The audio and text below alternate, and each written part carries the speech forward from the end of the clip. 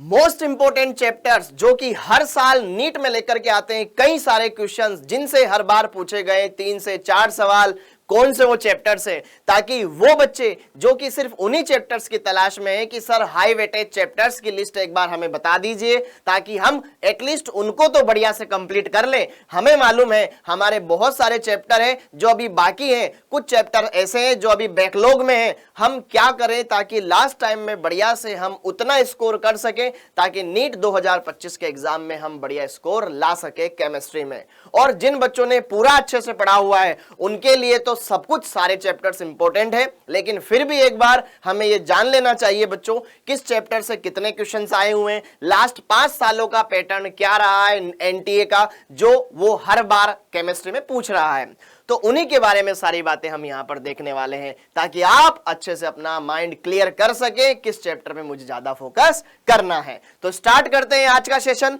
सबसे पहले तो मैं आपको बताना चाहूंगा लास्ट 5 सालों का केमिस्ट्री का पार्ट वाइज एनालिसिस कि पिछले 5 सालों में केमिस्ट्री के किस पोर्शन से कितने क्वेश्चंस पूछे गए हैं।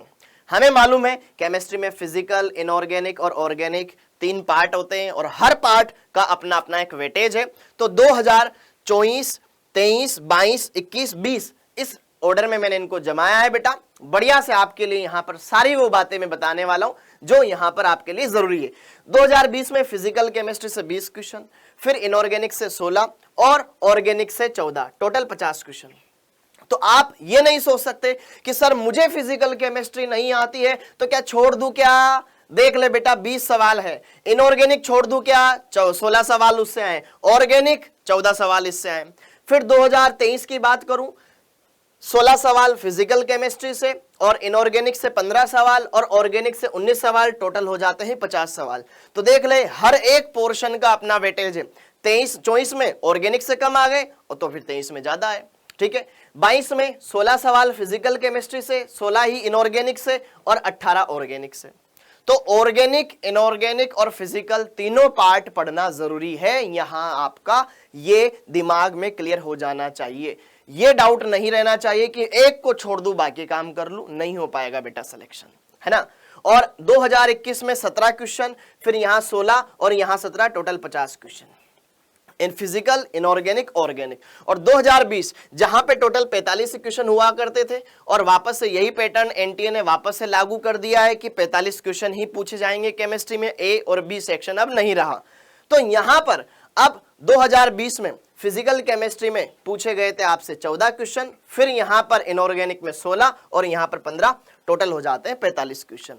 तो सबसे पहले तो बच्चों हमारे सामने है ये पार्ट वाइज एनालिसिस, जिससे हमें ये समझने को मिलता है कि मुझे केमिस्ट्री के तीनों पार्ट बढ़िया से पढ़ने होंगे। तो एक बार कमेंट करके मुझे ये बताओ कि यस सर हम रेडी हैं इन तीनों पार्ट को ढंग से पढ़ने के लिए। लेकिन अब हमें ये तो बता दो इनके अंदर कौन से चैप्टर से जहां से ज्यादा क्वेश्चंस आए हुए हैं, है ना। वही इंतजार कर रहे थे ना, तो देखो वो भी है क्लास 11th के तमाम चैप्टर्स 24, 23, 22, 21, 20 और टोटल नंबर ऑफ क्वेश्चंस क्या है इनके, एक तो ये और सेम क्लास 12th के ये। तो 1 बाय 1 इनके बारे में भी हम बात कर लेते हैं। तो मूल अवधारणा पहला चैप्टर है हमारा, 24 में से 3 सवाल, 22 में 2 सवाल, 23 में 2, 22 में 2, 21 और 20 में 1-1 सवाल। टोटल 9 क्वेश्चन आए पिछले 5 सालों में, है ना। परमाणु की संरचना 2 सवाल, 2 सवाल, 2 सवाल, 1-1 और यहां पर टोटल 8 क्वेश्चन पिछले 5 सालों में। तत्वों का वर्गीकरण 2, 1, 2, 3, 2, टोटल 10 सवाल देखो।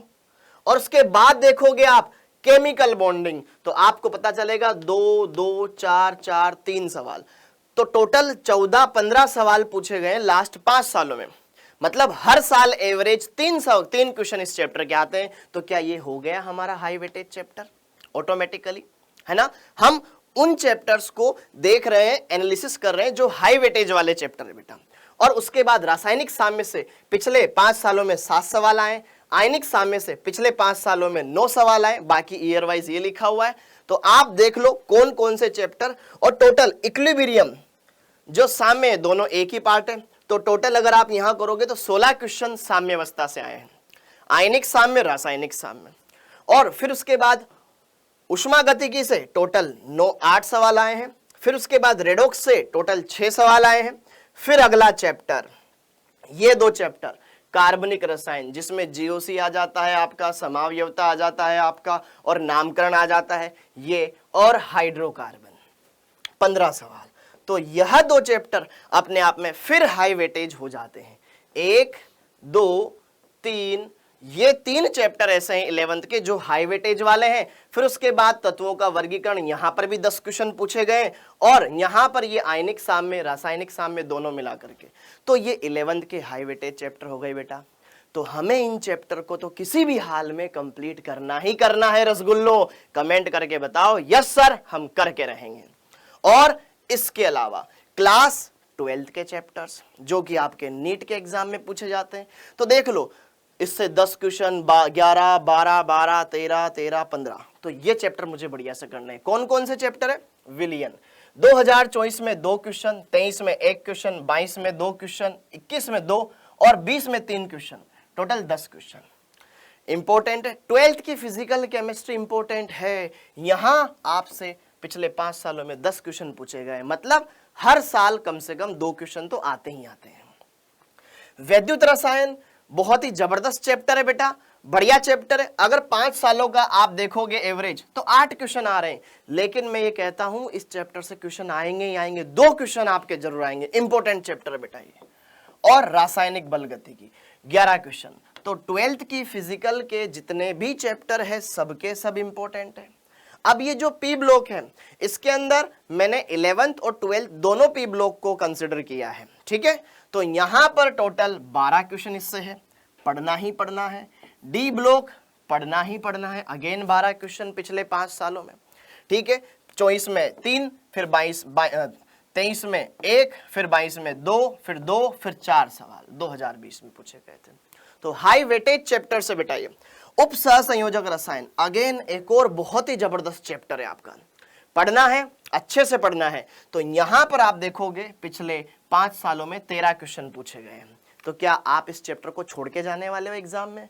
अगर छोड़ के जाने वाले हो तो बहुत बड़ी गलती कर रहे हो बेटा। कम से कम इसके 3 से 4 सवाल तुम्हारे इस साल बनने वाले हैं। बहुत ही हाई वेटेज वाला चैप्टर है। और एनटीए तो अब इस बात का ध्यान रखेगा कि एक ही रैंक पर 67 बच्चे ना आए, है ना, ऊपर जाकर के चाय की व्यवस्था न बनानी पड़े उनको। तो इसलिए वो पेपर बढ़िया बनाएगा, और पेपर बढ़िया बनाएगा तो क्वेश्चंस ऐसे चैप्टर से आने के चांस बढ़िया है, बहुत ज्यादा है। अच्छा चैप्टर है ये।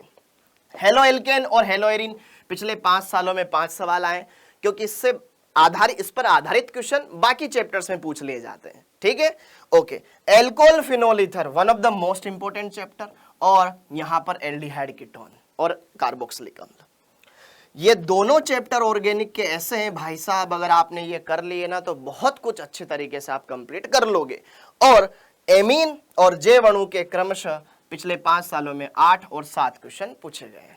बाकी ईयर वाइज एनालिसिस ये रहा। 2025-24 में जैव अणु से क्वेश्चन नहीं आया था, लास्ट ईयर क्वेश्चन नहीं आया था। तो क्या आपको ये आइडिया लग गया? तो 11th के कौन से चैप्टर हमारे काम के हैं? ये 4 चैप्टर हमारे बहुत ही काम के हैं, और 12th के लगभग हर चैप्टर हमारे काम का है। तो हमें हर एक क्वेश्चन पढ़ना है, हर एक चैप्टर ढंग से कवर करना है बच्चों। और यार अब केमिस्ट्री में तो चैप्टर ही कम बचे हैं, है ना। लास्ट ईयर्स में तो बहुत सारे चैप्टर थे। 2023 से पहले हमारे 2023 के बाद हमारे सिलेबस में बदलाव हो गया, 24 में और 25 में चैप्टर्स कम हो गए। तो अब जो बच्चे चैप्टर उनका वेटेज ऑटोमेटिकली ज्यादा हो गया। तो इस सेशन को आप उन सभी बच्चों के साथ शेयर करें जो नीट 2025 की प्रिपरेशन कर रहे हैं, है ना। और साथ के साथ आपके लिए यहां पर हम लेकर के आए 2025 की प्रिपरेशन तो करवा रहे हैं, लेकिन साथ के साथ मॉक टेस्ट, क्योंकि सर पढ़ाई के साथ साथ हमें पेपर देने का भी तो चांस मिले ना, ताकि हम बढ़िया से हमारी प्रिपरेशन कर सकें। तो आपको फ्री मॉक टेस्ट यहां पर मिलने वाला है, और साथ के साथ 2024 वाला आरंभ बैच भी मिलने वाला है। उनका लिंक नीचे डिस्क्रिप्शन में दे रखा है बेटा, जिन पे क्लिक करके आप इनको एक्सेस कर सकते हैं। तो कैसी लगी ये शानदार वीडियो, एक बार कमेंट करके नीचे जरूर बताइएगा, और अपने सारे दोस्तों के साथ इसको जरूर शेयर कीजिएगा। मुझे उम्मीद है ये सारी की सारी बातें आप अच्छे से समझ पाए, अच्छे से क्लियर कर पाए। थैंक यू बच्चों, थैंक यू, जय हिंद।